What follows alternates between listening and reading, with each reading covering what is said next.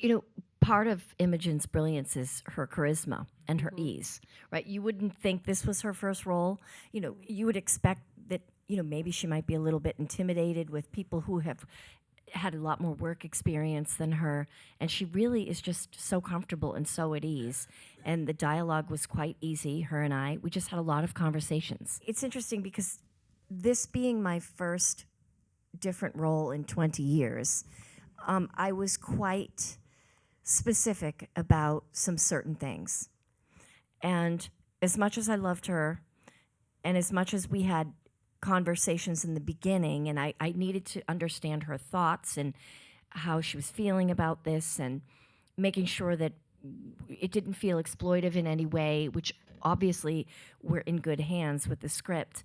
But, you know, just to check in constantly as you do with your other scene partners.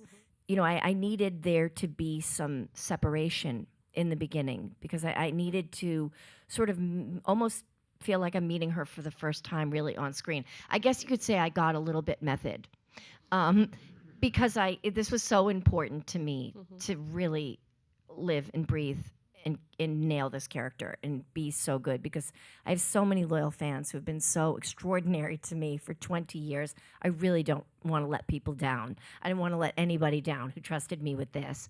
So I got a little method, and I wanted to sort of meet her for the first time. And I had spoken to her before we met. And then once we met and started filming, I really sort of needed to be in my head. And our version of Christine Barnett is someone who's got a million things going on, right?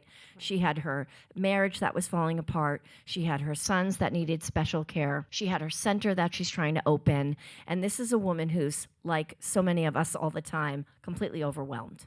And then for some reason decides to take on one more thing, you know? And I needed to stay in that headspace. Yes. I was a little bit method with Emmy until I, you know, had to get to the more intense scenes.